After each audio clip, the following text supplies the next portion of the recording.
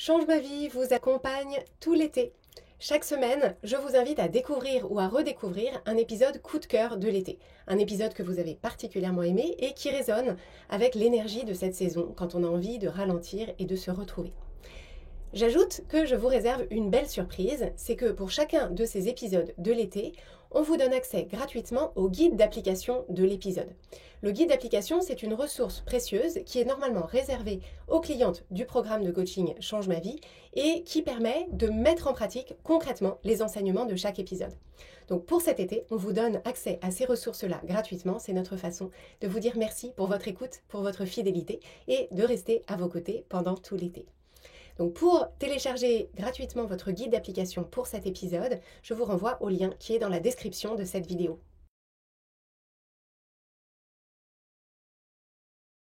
Pour l'épisode de cette semaine, j'ai eu envie de vous parler d'une pratique de connexion à mon intuition que j'utilise tout au long de l'année, mais que je vous invite à adopter tout particulièrement cet été. Et cette pratique, c'est l'utilisation du tarot pour se connecter à son intuition. Alors, le tarot, vous en avez sans doute entendu parler, c'est très simplement un ensemble de cartes dont les origines remontent assez loin puisqu'elles remontent au XVe siècle. Et le jeu de tarot était initialement utilisé pour jouer aux cartes. Dans les siècles qui ont suivi, il y a différentes variations de ce jeu de cartes qui sont apparues. Et le tarot a progressivement commencé à être utilisé pour des pratiques de divination. D'ailleurs, c'est souvent l'image qu'on a de cette idée du tarot. On imagine la figure de la cartomancienne dans les fêtes foraines, où vous allez sous le chapiteau et puis elle va vous prédire que vous allez rencontrer un bel inconnu ou une belle inconnue, ou au contraire vous prédire que des choses terribles vont vous arriver. Alors, personnellement, je ne crois pas à la divination, donc ce n'est pas de cette façon-là que j'utilise le tarot. En revanche, j'aime beaucoup la richesse historique, la richesse culturelle et la richesse symbolique du tarot, puisque c'est quelque chose qui nous vient de plusieurs siècles en arrière, qui a été utilisé par des générations et des générations de personnes. Et il se trouve que c'est un outil que je trouve très fort pour se connecter à soi, se connecter à ce qui est vrai pour soi à un instant donné, ce qu'on traverse et là où on en est dans notre vie. Si vous n'avez jamais eu un jeu de tarot entre les mains, je peux vous donner en quelques mots une description de ce en quoi ça consiste. Donc, un jeu de tarot, c'est 78 cartes. 78 cartes qui sont divisées en deux catégories principales. Il y a des cartes qu'on appelle les arcanes majeures et des cartes qu'on appelle les arcanes mineures. Alors, chacune de ces cartes dans le tarot porte une image symbolique. Donc, chacune des cartes, quand vous ouvrez un jeu de tarot, représente une scène. Donc, généralement, c'est assez richement illustré en couleurs. Une scène qui représente le plus souvent un personnage qui est dans une certaine position, qui tient des objets dans la main. Il y a des éléments symboliques autour du personnage et également un paysage. Et donc en fait, toutes les composantes de cette scène, aussi bien les couleurs que la position du personnage, le paysage, les éléments symboliques, peuvent être interprétés pour donner un sens à cette carte.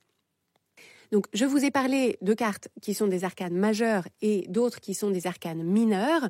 Donc plus précisément, il y a 22 cartes d'arcanes dites majeures qui sont numérotées de 0 à 21. Et ces cartes-là, elles représentent chacune une figure symbolique et un concept universel. Et en fait, tout ensemble, de la carte numérotée 0 à la carte numérotée 21, tout ensemble, elles symbolisent les grands thèmes de l'expérience de la vie humaine et les étapes majeures par lesquelles on passe tout au long d'un parcours de vie. Donc ça, je trouve ça fantastique de se dire que le jeu de tarot a été inventé, donc on l'a dit, au XVe siècle, et que ces grands thèmes de l'expérience humaine, ces grandes étapes d'un parcours de vie, eh bien ça reste tout aussi pertinent en 2024 que ça l'était au XVe siècle. Donc on a vu ces cartes majeures, les arcanes majeures. Le reste du jeu, ce sont les arcanes mineures qui sont divisées en 4 suites de 14 cartes. Donc, vous êtes sans doute familiarisé avec les jeux de cartes les plus classiques, avec lesquels on joue, par exemple, au poker ou au rami ou à la bataille. Donc, dans ce type de jeu-là, il y a 4 suites. Donc, c'est cœur, carreau, trèfle et pique, avec à chaque fois 13 cartes, donc de l'as au roi. Dans le jeu de tarot, c'est un peu différent. Les 4 suites portent les symboles de bâton. Donc, il y a la suite de bâton, la suite de pentacles, qui sont, en fait, le pentacle, c'est une pièce de monnaie avec un pentacle, donc une étoile à 5 pointes.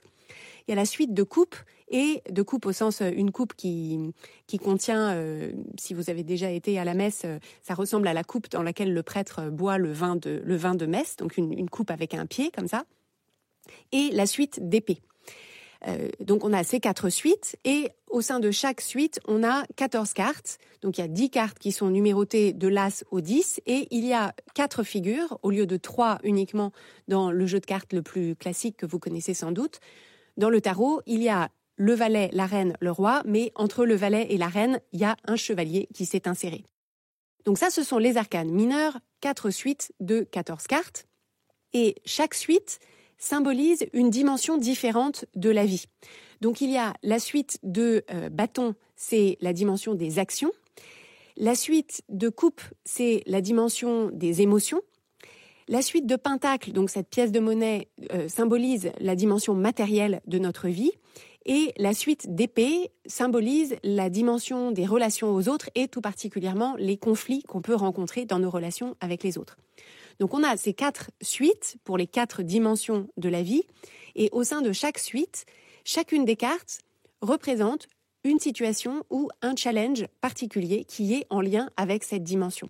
Et là aussi, on a cette idée de progression et d'étapes différentes dans la vie, avec, au fur et à mesure qu'on se rapproche des figures et qu'on se rapproche du roi, une maîtrise de plus en plus poussée de cette dimension-là de la vie.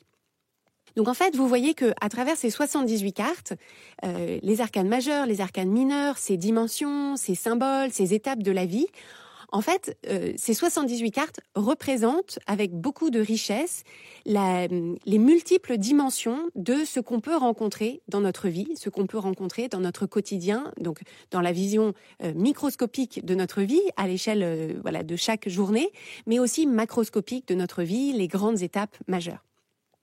Donc sur la base de ces 78 cartes et de ces symboliques, il existe énormément de variations, et en fait vous pouvez trouver dans le commerce toutes sortes de tarots avec des applications plus ou moins traditionnelles de la symbolique de chacune des cartes, et il y a beaucoup d'artistes qui se sont proposés d'interpréter ces symboliques, d'interpréter ces représentations et chacune des cartes avec beaucoup de créativité en termes graphiques et artistiques.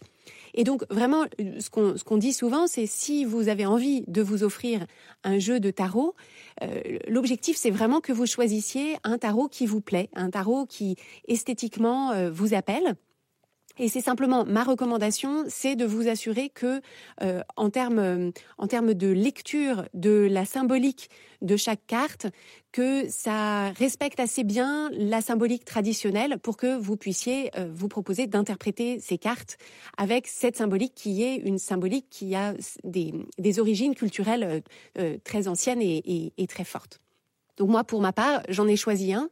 Je vous mettrai le lien dans les notes de l'épisode. J'adore graphiquement ce qu'il représente, et il a ce petit défaut que parfois il y a des éléments symboliques des cartes traditionnelles qui manquent ou qui ont été simplifiés et qui sont donc moins lisibles sur mon jeu. Mais il me plaît tellement esthétiquement que je m'accommode de ce petit défaut. Alors, vous vous posez peut-être la question de la différence entre un jeu de tarot et un jeu de ce qu'on appelle des cartes oracles. Le marché des cartes oracles s'est énormément développé sur ces dernières années, et donc on en trouve dans le commerce énormément de jeux différents. Donc, la réponse que j'ai envie de vous apporter là-dessus, c'est que, en réalité, les cartes oracle ou les jeux de tarot peuvent être utilisés de la même façon. Donc, moi, je vais vous expliquer de quelle façon est-ce que j'utilise le jeu de tarot pour me connecter à mon intuition. Et vous pouvez faire exactement la même chose avec des cartes oracle. Donc, si vous avez déjà un ou plusieurs jeux de cartes oracle et que vous avez envie de vous en servir comme je l'explique aujourd'hui, vous avez tout à fait la possibilité de le faire. N'achetez pas un jeu de tarot juste parce que je vous en parle aujourd'hui. C'est simplement que le plus souvent, les jeux de cartes oracle qu'on rencontre dans le commerce aujourd'hui, eh bien simplement, elles n'ont pas été inventées au XVe siècle. Et donc, à mon sens, on n'y retrouve pas la même richesse, pas la même profondeur symbolique, ça n'a pas la même histoire et donc du coup ça peut, voilà, sur la base des 78 cartes du tarot, on sait qu'on couvre à peu près tout. Souvent les jeux de cartes oracle, il y a moins de cartes et c'est potentiellement quelque chose qui a été un petit peu moins mis à l'épreuve du temps et du passage des siècles, mais il existe des cartes oracle qui sont très belles, qui sont très fortes, qui sont voilà, très intéressantes à utiliser aussi. Si vous en avez un, utilisez-le surtout s'il vous plaît. Si on revient à notre jeu de tarot, la question qui se présente souvent ensuite, c'est ok, j'ai mon jeu de tarot, j'ai les 78 cartes, comment est-ce que je fais pour interpréter ce que chaque carte veut dire? La première option, qui est celle que j'ai choisie, c'est d'acheter un livre. Il existe beaucoup de livres et de guides d'interprétation du tarot. Ce qui est important, c'est de choisir un livre ou un guide d'interprétation de tarot qui correspond bien au type de tarot que vous avez. Parce que en particulier, il y a le tarot, un des tarots les plus anciens qu'on appelle le tarot de Marseille, qui a un certain jeu de symbolique et qui n'est pas le même tarot qu'utilisent les anglo-saxons. Il se trouve que moi, je suis venue à l'utilisation du tarot par des personnes qui en parlaient, qui étaient des personnes anglo-saxonnes. Et donc, le tarot que moi, j'ai utilisé, c'est un tarot qui utilise la symbolique qu'on appelle Rider-Waite. Donc Rider, c'est R-I-D-E-R-Waite, W-A-I-T-E, qui correspond à la création d'un jeu de tarot par un éditeur en particulier. Je crois que c'était au début du XXe siècle. Et donc, moi, j'ai acheté le livre qui correspond au jeu de tarot que j'ai. Et en l'occurrence, le livre que j'utilise et que j'aime beaucoup s'appelle The Ultimate Guide to Tarot Card Meanings.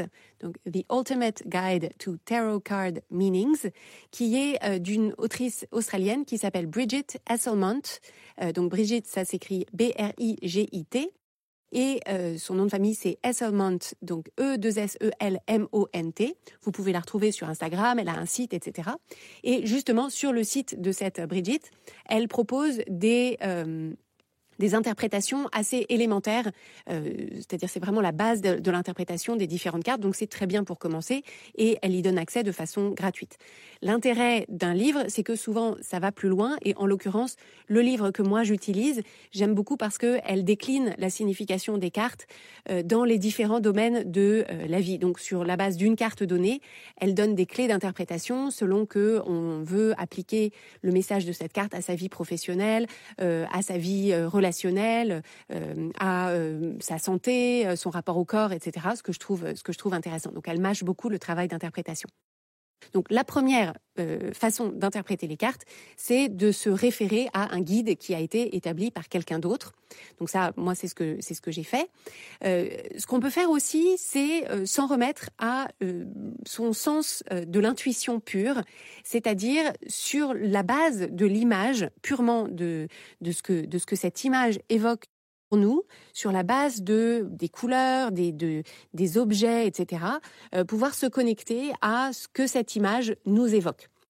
Alors moi, je trouve que en théorie, c'est super, surtout que on parle d'utiliser un tarot pour se connecter à notre intuition. Donc si on peut être full intuition, je trouve que dans l'idée, c'est super.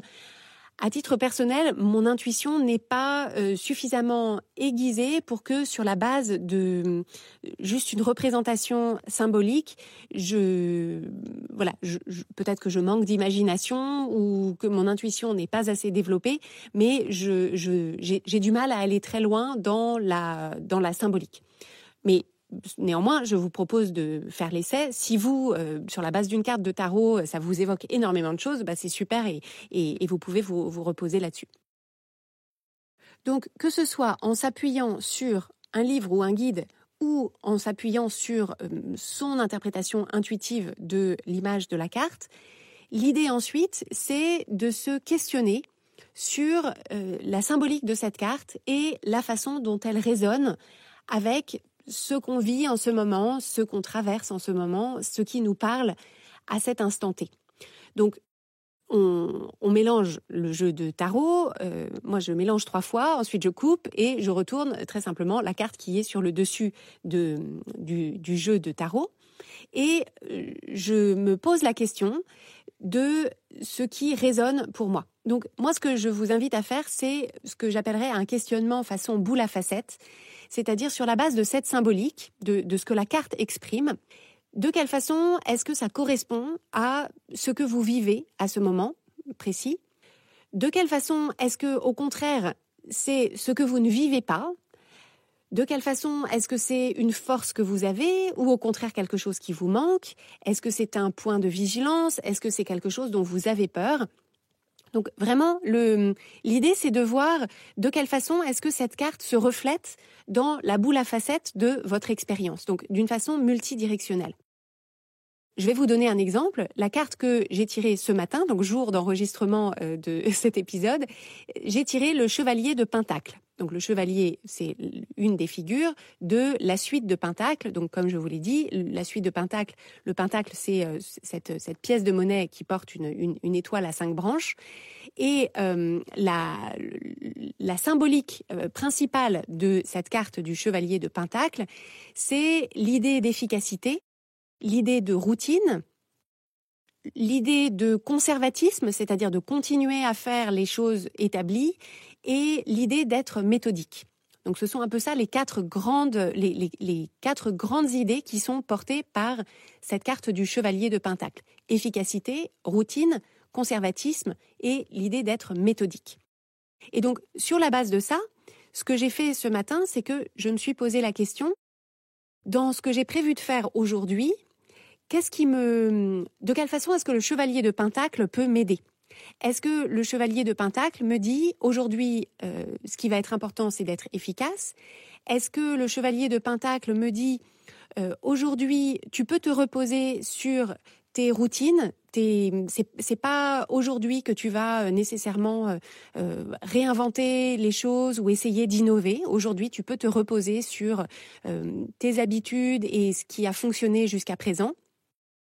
Ou alors, est-ce que aujourd'hui, le chevalier de Pentacle m'interroge justement sur ces choses que je fais, peut-être sans les questionner, et peut-être que le chevalier de Pentacle m'invite au contraire à sortir de ma routine si la routine a commencé à être génératrice d'ennui ou génératrice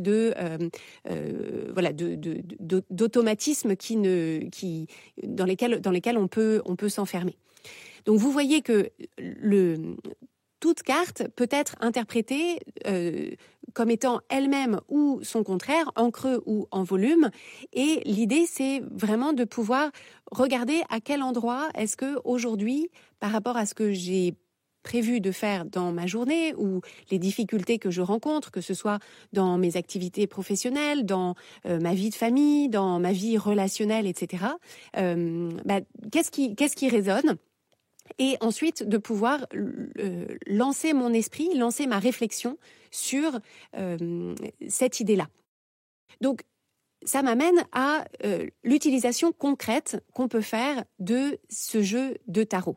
Donc, ce que je viens d'évoquer avec vous, c'est l'utilisation que je fais de mon tarot à l'année. C'est-à-dire que ça fait un certain temps maintenant que tous les matins, avec mon café, je tire une carte pour ma journée. Donc mes enfants sont très familiarisés avec la figure de maman qui est à la table du petit déjeuner quand il se lève le matin, qui s'est déjà fait un café et qui est en train de regarder sa carte de tarot et d'écrire ce que ça lui inspire, de chercher la signification et d'écrire quelques mots de ce que ça lui inspire. Donc c'est un petit rituel que j'ai avec moi-même. Ça dure pas très longtemps, hein, ça me prend 5 minutes, mais c'est une bonne façon en tout début de journée de me connecter à ce qui est important pour moi ce jour-là. Et en fait, c'est une façon un petit peu de prendre la température, de m'interroger, parce que en fait, dans cette espèce de dialogue que j'initie avec cette carte et cette symbolique, eh bien, c'est un dialogue que j'initie avec moi-même en début de journée. Donc, j'aime beaucoup ça, et c'est cette première utilisation que je peux vous proposer de prendre à l'essai. Donc ça, c'est une utilisation, comme je viens de l'évoquer, qui prend 5 minutes, et donc ça peut s'intégrer à tout moment de l'année.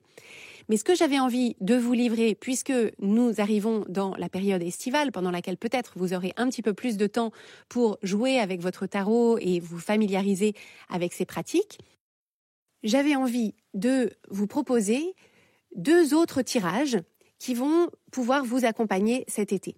Donc quand on parle d'un tirage, en fait, c'est une façon de tirer un certain nombre de cartes. Donc là, je vais vous proposer 2 tirages à 3 cartes, avec à chaque fois une espèce de formule d'interprétation. Le premier tirage que je veux vous proposer d'essayer cet été, c'est un tirage qui a pour objectif de nourrir votre réflexion autour d'une prise de décision. Donc c'est un tirage à 3 cartes. Donc d'abord, vous commencez par vous poser la question: quelle est la décision que vous aimeriez prendre? Quelle est l'hésitation que vous avez autour de cette prise de décision? Et donc imaginons que vous avez une prise de décision avec une option A et une option B entre lesquelles vous hésitez. Donc vous allez tirer 3 cartes, vous mélangez le jeu de tarot, vous le coupez, et ensuite vous allez tirer 3 cartes. La première carte que vous retournez symbolise le choix A. Donc vous cherchez l'interprétation de cette carte et vous allez vous interroger sur la façon dont cette interprétation vous éclaire sur votre propre approche de ce choix A. Puisque quand on cherche à prendre une décision, en fait, la première chose à faire, c'est d'essayer de se connecter à notre approche de cette décision, ce que cette décision signifie pour nous, de quelle façon est-ce que le choix A nous attire ou nous fait peur, le choix B nous attire ou nous fait peur, quelle sera la meilleure décision, etc. Et donc, vous voyez que tirer une carte de tarot, ça permet d'interroger notre rapport à ce choix A. Donc ça, c'est la première carte, de voir de quelle façon est-ce que ça fait écho, de quelle façon est-ce qu'il y a des correspondances, est-ce que ça révèle des pistes de réflexion qu'on n'avait pas envisagées, est-ce que ça fait écho à quelque chose qu'on se disait mais qu'on n'osait pas se révéler à nous-mêmes, etc. Donc on tire une carte qui va symboliser le choix A avec laquelle on va pouvoir jouer, une deuxième carte qui va symboliser le choix B, et donc là, de la même façon, on cherche la symbolique, on cherche de quelle façon est-ce que ça éclaire ou au contraire, est-ce que ça questionne ce choix B, et on tire une troisième carte qui va être la carte qui représente une forme de synergie ou une forme de convergence du meilleur des deux mondes et de ce qui va être la meilleure décision pour nous. Donc ça, c'est un premier tirage que vous pouvez tester autour de la prise de décision. Et un tirage qui est un petit peu similaire mais que je trouve très intéressant, c'est un tirage à 3 cartes aussi qui permet de réfléchir à la dynamique d'une relation. Donc que ce soit la dynamique d'une relation professionnelle qui vous questionne ou d'une relation amicale ou d'une relation de couple ou d'une relation familiale, ce tirage à 3 cartes, il consiste à tirer une première carte qui va symboliser l'une des 2 personnes, une deuxième carte qui va symboliser l'autre personne, et donc dans les 2 cas, on va regarder la symbolique de la carte et donc se poser la question du rôle que chaque personne joue dans la relation, en lien avec cette carte qu'on a tirée, avec ce que cette carte symbolise. Et la troisième carte va symboliser la relation, la dynamique de la relation entre ces 2 personnes. Et donc vous voyez que là aussi, il s'agit de vous connecter à votre lecture intuitive du rôle que joue l'autre personne, du rôle que vous jouez, si c'est vous la deuxième personne, ou qu'une autre personne joue dans cette relation, et une carte qui va venir interroger ou faire écho à votre lecture intuitive de la relation. Alors, c'est vraiment quelque chose qu'il faut mettre en pratique pour que vous puissiez tester votre capacité d'interprétation, votre capacité intuitive, et c'est bien sûr quelque chose que vous allez pouvoir aiguiser au fil du temps. La raison pour laquelle j'avais particulièrement envie de vous proposer ça à l'approche de l'été et peut-être de vacances que vous allez pouvoir passer avec des gens que vous aimez, c'est que c'est quelque chose qui est très ludique et très intéressant à faire en compagnie d'une autre personne. Donc en fait, vous pouvez soit vous mettre du même côté de la table, c'est-à-dire ensemble tirer une carte et puis vous poser la question de quelle façon est-ce qu'elle fait écho pour l'une, pour une personne et pour l'autre pour la journée qui s'annonce, ou alors chaque personne tire sa propre carte, etc. Mais de pouvoir échanger sur la réaction intuitive d'une personne, de l'autre, etc. Et ça fait des bases de discussion qui sont très riches et très intéressantes.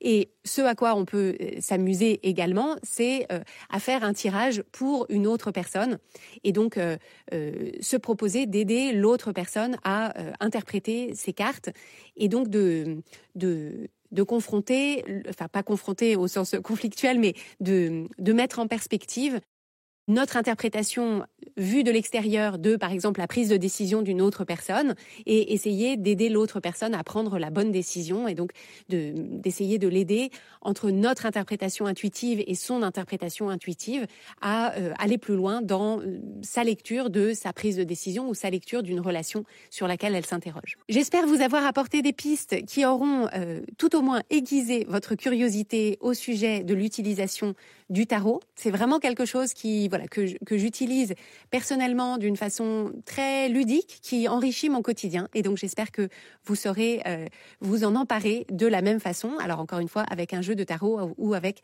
un jeu de cartes oracle que vous aurez emporté avec vous dans vos valises. Et si vous avez envie de me faire part de votre utilisation de ce jeu de tarot ou de vos jeux de cartes oracle, vous pouvez partager des photos avec moi sur les réseaux sociaux. On est sur Instagram notamment, @oui-change-ma-vie, et on sera très contente d'entendre parler de votre pratique et de la façon dont vous vous servez de cet outil ludique et intuitif pour aborder votre été. Merci à tous et à toutes.